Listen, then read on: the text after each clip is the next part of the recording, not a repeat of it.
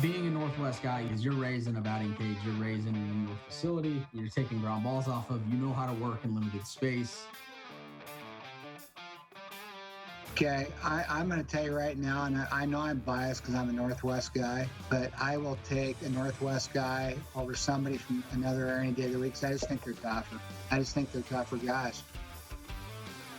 I think that's one of the best things about baseball is it still is a way that you can really develop toughness and develop, loyalty and all those kinds of things that we want out of young men in particular. Welcome to the Pacific Northwest Fungo Banter Podcast, where we highlight all of the great coaches of the Pacific Northwest.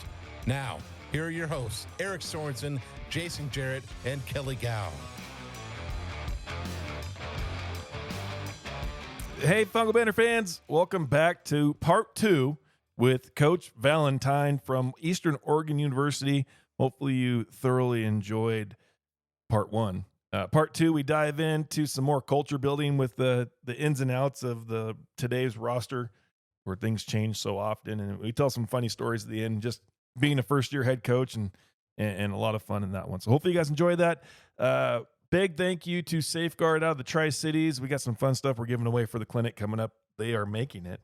And they brought to you by Max BP, the #1 training tool on the market.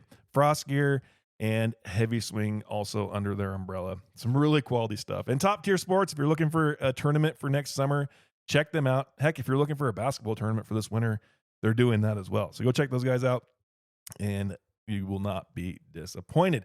And as advertised, the Washington State Baseball Coaches Association, our clinic, February 7th and 8th here in Ellensburg, same spot as last year, same setup. Friday night in the theater, Saturday in the field house at Central Washington University. It's going to be a really cool setup. A lot of fun topics. Not to mention, we have Coach Kim Cox, retired DeSales head coach, kicking off the Friday night talk. A lot of wins and victories between all the coaches we have presenting. And there's going to be some pretty good hands-on stuff. We have a catching guy who might be on the podcast in the following episode. Pretty excited. A lot of people asked to make sure we had a catching set up during the clinic, and you know what? We did it this year. So hopefully we see everybody. Go to the All-State Baseball or find our Twitters. For all of our Twitter stuff, you can find us and all the information that you need to get signed up. We are going to be sending the link out soon for hotels, but it looks like we'll be at the Hotel Winrow, downtown Ellensburg, where the association's where we're going to do our after-hour social on Friday night. And the Fungo Banner is going to buy your first drink, so that'll be a lot of fun for everybody. Get there, and hopefully we see a record number this year of people that want to just get better and hang out with the fraternity of coaches. It's not just Washington State. We have Idaho and Eastern Oregon, Western Oregon coming over for it. Pretty excited to have everybody want to be a part of it. It's going to be a fun clinic. So go get signed up, check it out, All State Baseball, and also check out our social media accounts for the more information. So, well, let's go ahead and bring on Coach Valentine as we bring you part 2 of the Fungo Banner podcast episode with Coach. There's so many places I want to go. And even in our last episode, we had some conversations about, and you trying to build the culture and the team that we all want within our program. It's very hard right now, I feel like. And the fact of, how do you see yourself managing that? Do you have, and maybe we need to ask this question here in a couple of years, but sure. I just, and especially come in, and maybe you can answer in the aspect of like bringing someone in and during winter break, and how do you manage that? Because it's still, at the end of the day, it's still college athletics, and it's still your job is winning, and the best 9 players in the field win games in a way. So it's, how are you getting everybody bought in and maintaining that cohesiveness that we all know that successful baseball teams have? Yeah, well, I think the one thing, luxury that we have at the college level, and I have, is we get to pick our players for the most part. So if we get, I'll, and this might be a little soon, but like if I'm on a phone call with a kid and I'm just not liking the conversation or the answers, or just asking some of the wrong questions, I move on. I'll be a quick trigger on that of, I don't think it's a fit, right? And obviously you communicate appropriately and you don't disrespect the kid. But just being religious and kind of very disciplined on that when you're recruiting guys. We have that luxury, you know what I mean, where high school coaches don't. Bless your guys' soul, you get what you get for the most part. And you got to make, sometimes you got to make some lemon juice with some lemons, or whatever. Is that the saying? Lemon. Good enough. Good enough. Okay. You got it. But Nailed it. Yeah. yeah. Go with that. So I think it starts there, and I think I'll preface this. I think we're really lucky as a staff with what the previous staff did in terms of building what we walked into. We have the amount of good dudes we have on our roster is astronomical. We don't have a bad dude.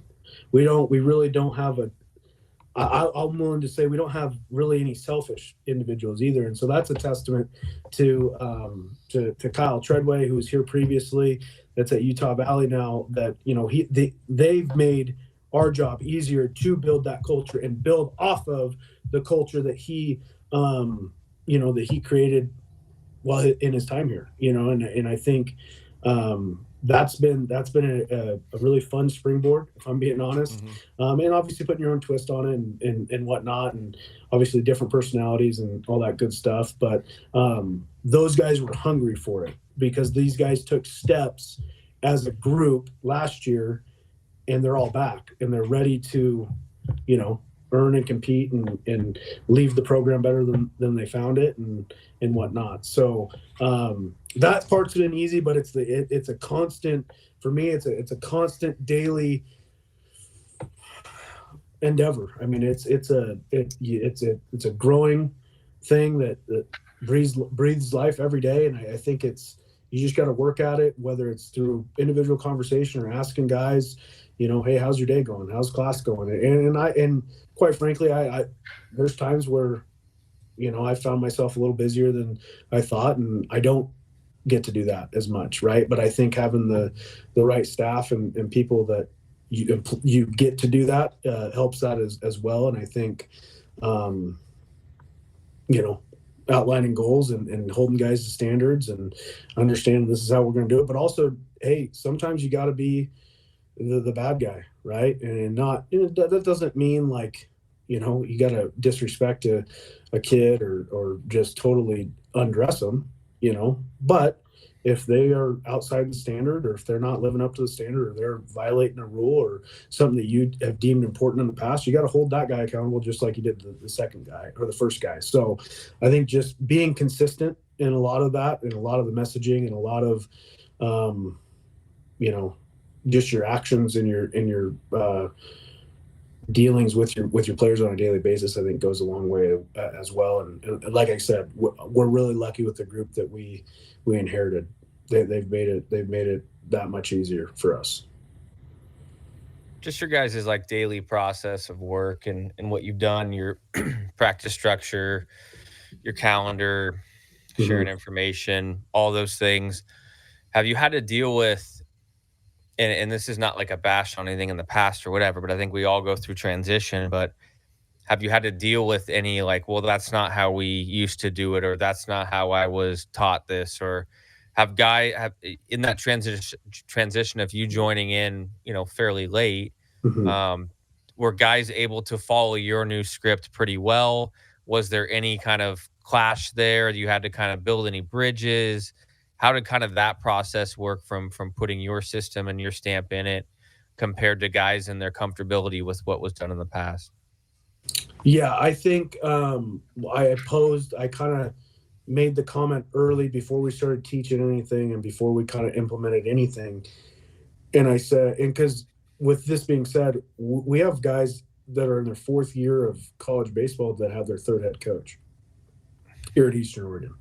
And so I think being aware of that, but also, hey, making the comment of you've been taught things in the past, whether it's previous coaches and staffs here or high school coaches or things that work for you. That's great. And there's room to keep doing some of those things, but this is how we do it here now.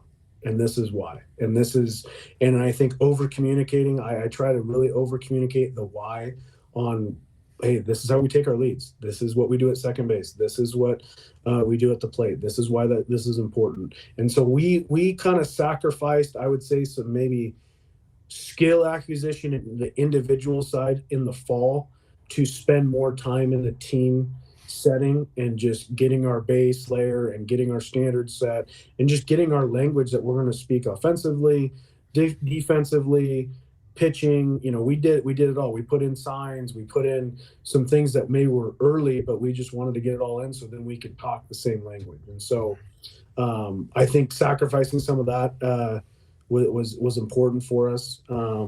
And I think just the explanation and just the why. I think, I just think guys nowadays have so much information at their disposal, and it's almost can be paralyzing, where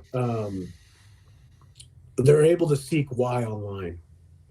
And so I think I've found if you meet them in the middle and provide them with a little bit of why, that helps and whatnot. But it also sparks conversation. And when you're able to spark conversation, I think there's understanding. I think there's buy-in. I think because you know what I mean. It just allows them to conceptualize it in their own way, and then you get a feel for your team. You get a feel for how they perceive things, or how a certain individual did some different cues, whether it's offensively or defensively or on the pitching side.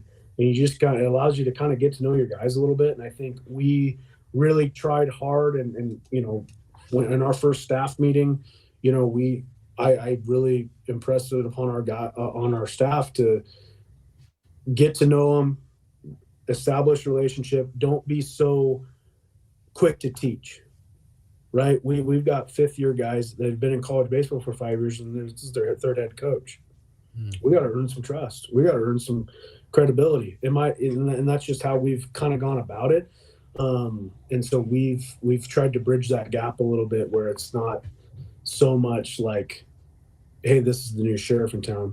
No, there's some things we didn't budge on, and we're gonna, do it this way, and you read the plan, man. I spell it out for you. If you don't know what's on the plan, that's gonna irritate me.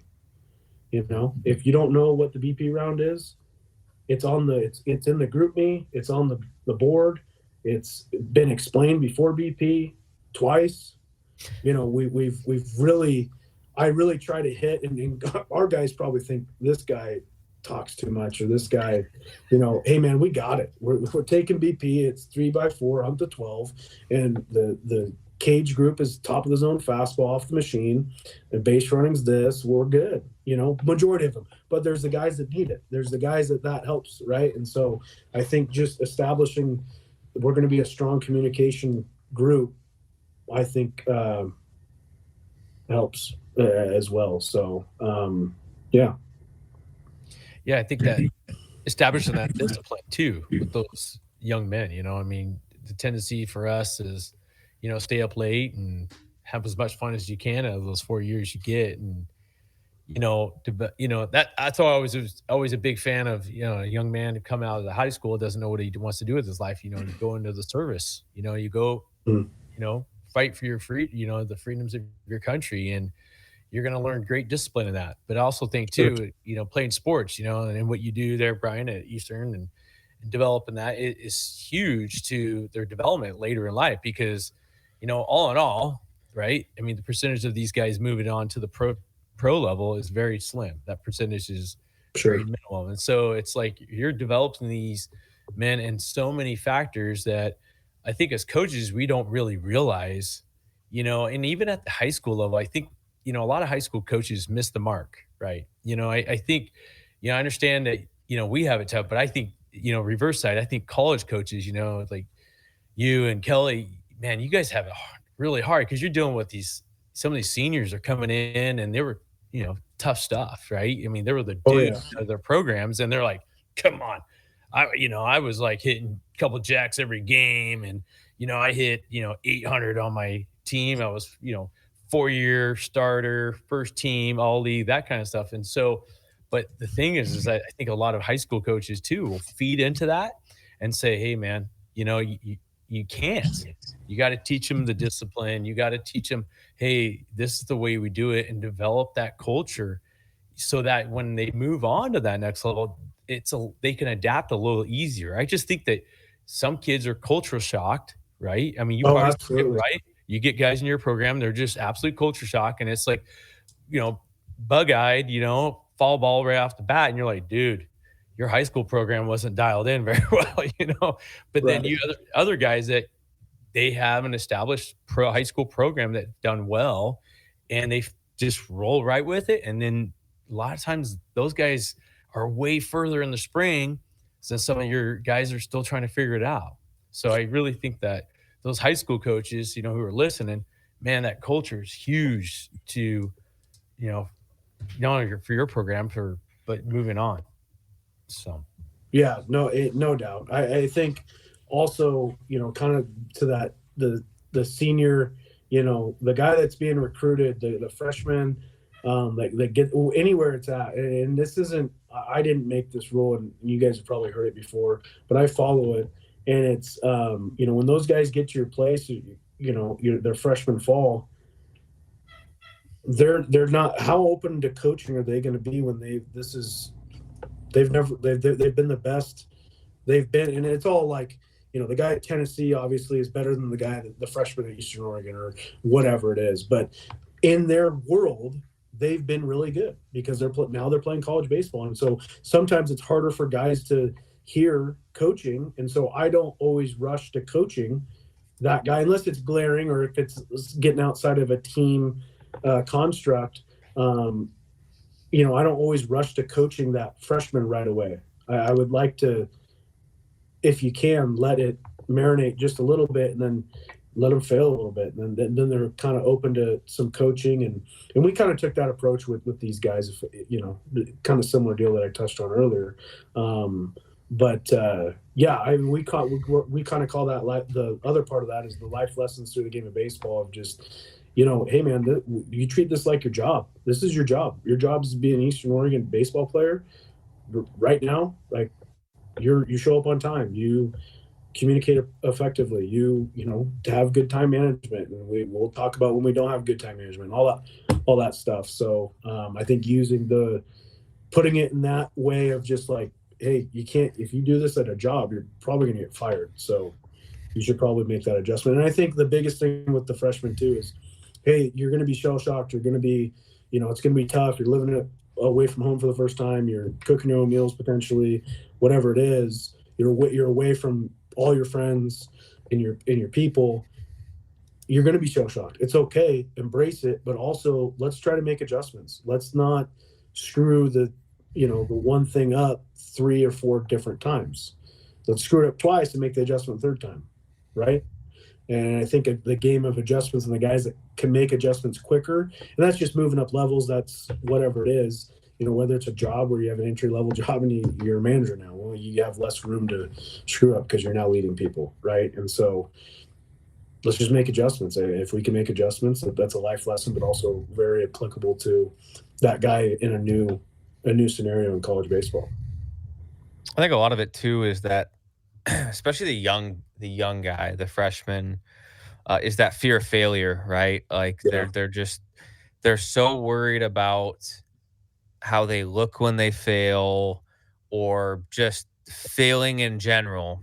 Jason hit on it too. Like just the guy that's all world, like that guy hasn't failed very much, right? And whether his level of play was maybe a lot beneath him or maybe he was bigger, faster, strong. Like you get to college and everyone's pretty much the same. It doesn't matter what level of baseball you're at. Like everyone is generally the same. Mm-hmm. And anything that they do, whether that's baseball, whether that's school, whether that's, social life, like they're going to default to the comfortable thing when they get faced with that failure thing, especially in the baseball side of it, right? Like, and that's where you get the guys that said, well, I've always done this before because da da da da, right? And for us as coaches that have been at the college level, like that certain things that worked in the past aren't necessarily going to work in the future, right? And they have like unbelievable talents that you're trying to draw out even further to make them better players, right? That's going to be failure initially, but it's going to allow them to be great college baseball players, right? So getting through that, like, hey, this is going to be really bad for a minute and you're going to look stupid. You're going to fail. But at the end of the day, it's going to allow you to be a better player where you're at right now, right? And getting through that with them, like you're talking about, creating that relationship, creating the why, like building all those things. So when you have to have those conversations, it's so much easier to tell them that the failure is about to happen. You're about to hit the wall here. And we all know that freshmen are going to have this happen a lot more than anyone else.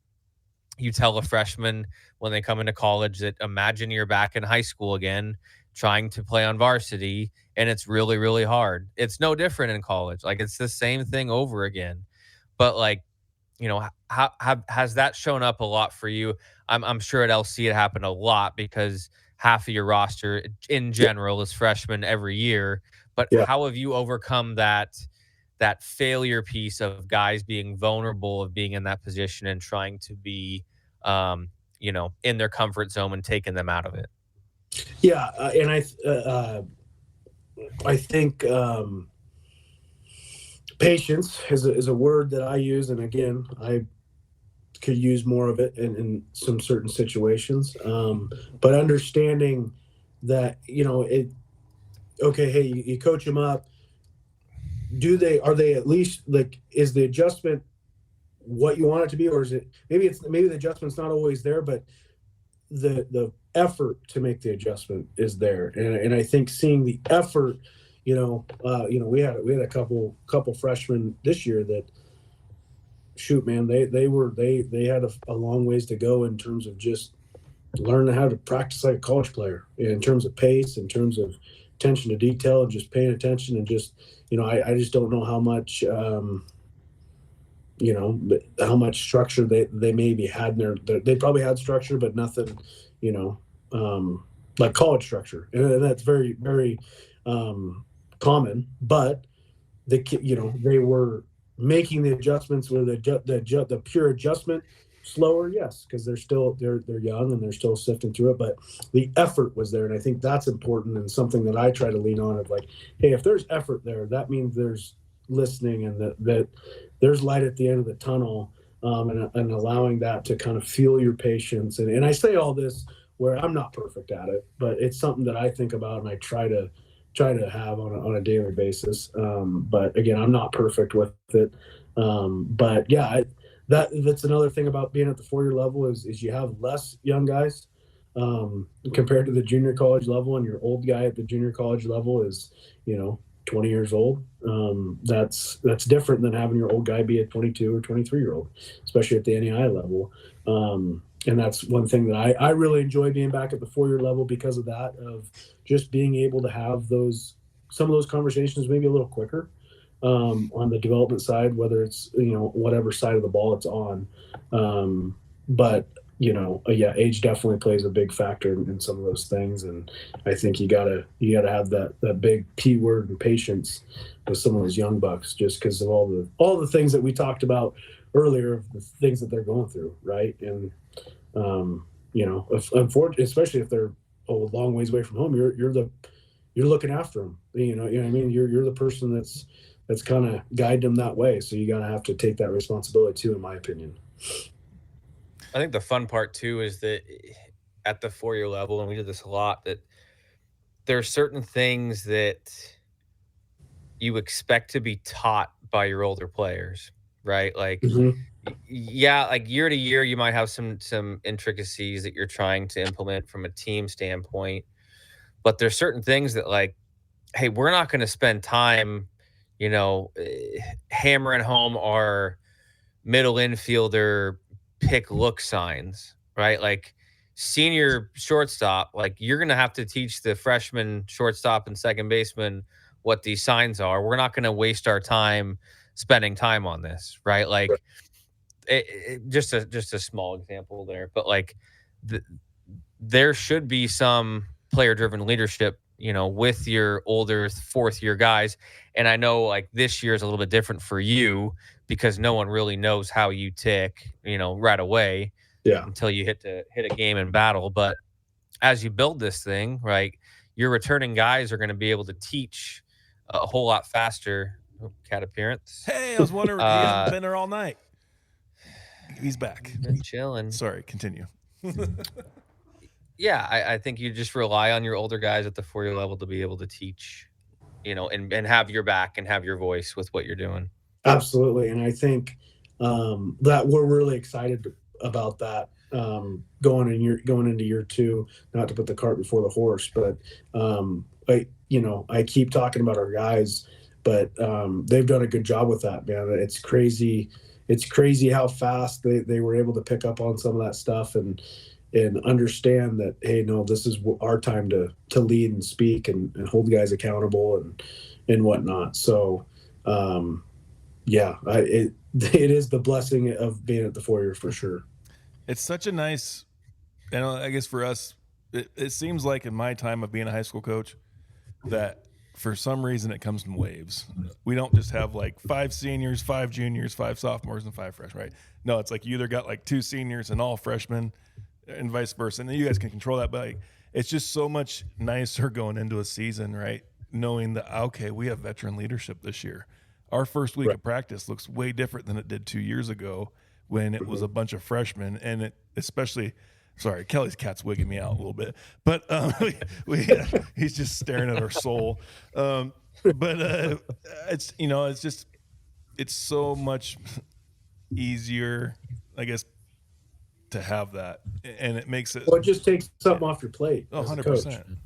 You know what I mean? And you feel, and it makes you feel a little better of like, hey, you're in a better spot than maybe that it coming from you, right? The message is coming from a better spot, and the culture and the team's in a better spot coming from an older leader or just a leader in general or a peer compared to a coach. Yeah. Ownership is taken that way by the players. Yeah. And that's what we all want, right? Mm-hmm. I mean, ultimately, we want that. No, yeah. Oil the machine, right? I mean, just guys know, they come in, they know what the expectations are. I mean, especially at the high school level, I know for us at prep, that's, we really emphasize that with our older guys, and so those younger guys coming in, they know it's just, they move on. And then those guys are leaders and they're teaching the younger guys coming in. And yeah, it just takes a huge burden. I wouldn't say a burden, I guess. It's just a weight, just off your to do and trying to build that culture. And it doesn't, I think it doesn't necessarily get easier. I mean, I think you adapt to it. It's just expectation. You just know, right? I mean, it's just like if I'm a heart surgeon, I'm going into that, surgical room, knowing what to do. I'm not lacking confidence. I know I have support from my nurses and other doctors who are there, and we're going to get this guy, a new valve or a new heart or whatever you're doing, right? I mean, you're going in with that sense of confidence and not in question, like, oh, am I going to have that type of support there? Or is that guy going to come through for me when, I'm doing my part, to win the game. So, those just good things to add up for sure. Well, I think in practice, you talk about that confidence piece. I think there are safe ways and productive ways to build confidence in your guys, right? And with still challenging them and getting them ready for game and all that good stuff, but building the confidence and building, that belief and doing it with each other, right? And I think that's one part where, we spent some time of talking about, hey, we got to celebrate each other's successes like we would our own, and feeling that behind that wind behind our backs, so to speak. The guys, you could see a difference in the dugout, and that's just being behind our guy when the guy, hey, it's second and third, and it's 2 outs, and it's 3-2 count, and it's the 8th inning, and then we were blessed to be able to have some fall games to begin some situations to work on some of that stuff. And I think just the message of like, hey, we're only as strong as our weakest link, or if we're, and I kind of put my fist up. I go, if we're here, we have a chance. If we're all together, strong like this, together behind each other, we can weather any type of storm, because we're going to have some storms, right? And so what are we going to act like when that storm comes? And I think you can practice that, and I think you can implement that in kind of your daily plans with your guys. And there has to be some natural occurrences for that. It's not, you can't fake it, right? But recognize it, talk about it, and kind of coach that side up too. I think goes a long way. Mm-hmm. One last thing before we let you go here. I mean, you talk about your transition from assistant coach, head coach, first time in the spot. What has your biggest challenge been so far in this new role, and maybe what are you not fearful, but what gives you the most anxiety going into your first spring this year? And we're really close to it, especially Yeah. NAIA guys. You're a lot closer than anyone. Yeah. But talk about kind of be vulnerable with us like like your players should be with you right here. Sure. Yeah. I think the places I've been as an assistant, I've had great opportunities to do more than just the normal assistant does, and I'm grateful to obviously the guys that I worked for, Dan Spencer and Kurt Lipinski, to be able to flourish in some of those roles and get me ready without them like, hey, this is going to get you ready, right? And no one's ever ready until you're doing it, right? But I owe a lot to those guys of allowing me to kind of stick my nose in some things that probably weren't on my plate, and then making it on my plate, and then kind of running with it. So there was some of that that helped with some of the transition, but you wake up, you have a to-do list, and all of a sudden at 1:00 the to-do list isn't started because you had 3 other things that kind of popped up, right? I think there's a lot of cool with that, with an example being, being at a 4-year and being at a school that, had baseball, got rid of it, brought it back. Like, we have some older alumni that, there was some success in the 80s and 70s, 80s, 90s. I don't want to leave out an era and frustrate some people. 2000s, all of it, whatever. But there's some prideful alumni. And so I'm going to have lunch, and I have this whole, I'm chipping away, and I have some things to do after lunch. And I get up to go out of my office, and our athletic director rolls in with an alumni and the advancement guy, and they hit me for an hour. And all of a sudden it's 2:00. I haven't had lunch. And then, you know what I mean? So they just kind of, it's all good things, but it's just like, I didn't have that on my bingo card today. Or just, the fires that you have to put out. And, it has been a good transition.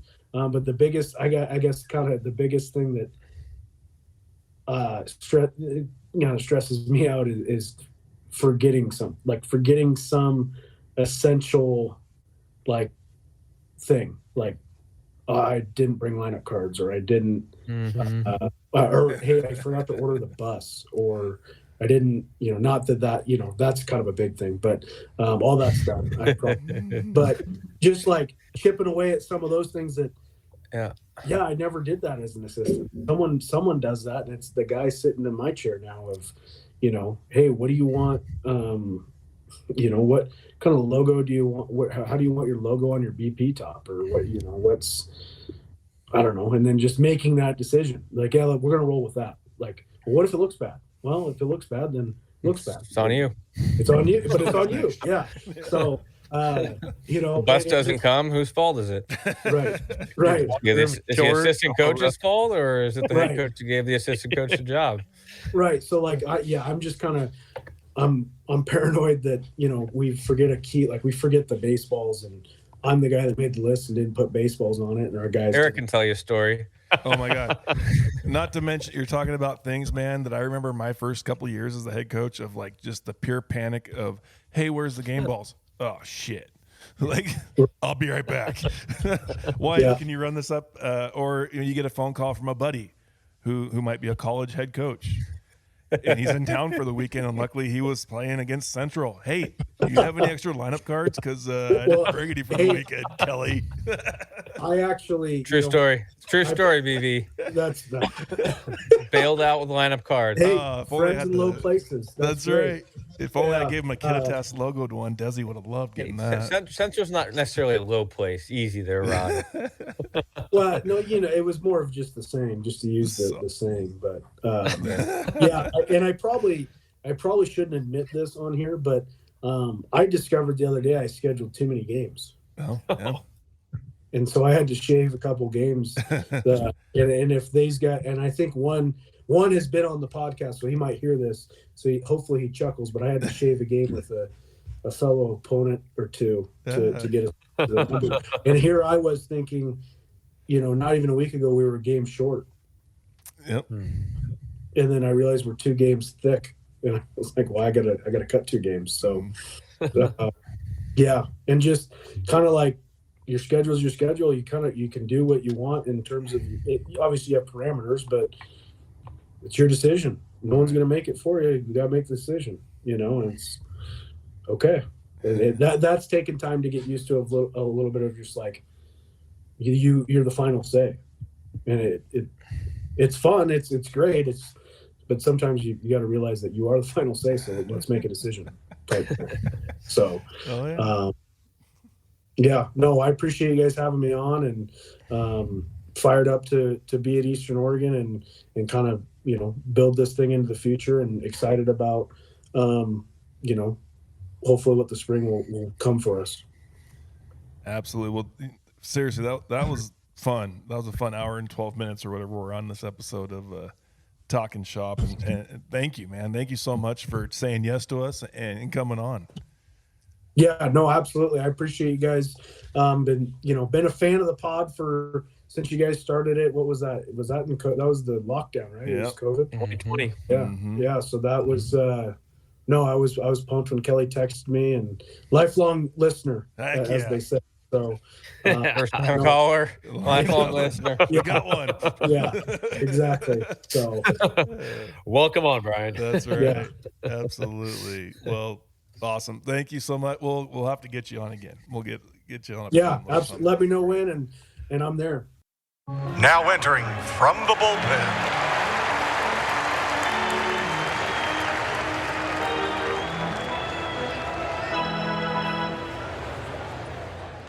Well, thank you again to Coach Brian Valentine from Eastern Oregon University for coming on the Fungo Banner, and hopefully you guys all enjoyed that. Tweet at us. Let us know what you thought and what you enjoyed from that episode. A lot of good stuff, especially it's a good episode for first-year head coaches that might be into maybe some questions you got going on, or some of the stuff that we've all gone through. And as we end our conversation there with Kelly and I, and just some of the things as a first-year head coach you go through. So a lot of fun stuff there. Thank you again to Coach. Good luck this spring as your first year at the helm, and we know you're going to do great things there. It's awesome stuff. Big thanks again to Safeguard. Thank you to Max BP and Top Tier Sports. And if you're thinking about coming to the clinic here in February in Ellensburg, go follow the Washington State Baseball Coaches Association. We got a clinic Twitter, WSBCA Clinic, at WSBCA Clinic. And there's going to be more information set out. If you're part of the association, get signed up for your coaches membership for the Washington State Coaches Association for baseball. And we will get you on the email list, and you can hear so much about everything we got going on. It's going to be a fun lineup of guys we have here at the clinic in Ellensburg. We got so much for you guys. And then also everybody that's been there every year, it's going to be our 3rd year. It's just kind of a fun fraternity to be able to sit down and talk shop for a weekend before the season starts. So hopefully to see everybody there. I'd love to meet all of you when you're there. And I know Jason's the same, and there's a pretty good rumor that Kelly's going to be there as well. So that'll be a lot of fun. Thank you again to everybody. We will be back next week with another episode, our Christmas episode. Yeah, hopefully you guys are all get prepared. And if you're just listening to this and realizing Christmas is next week, good luck. Get to shopping. So take care, everybody. We will see you on the road.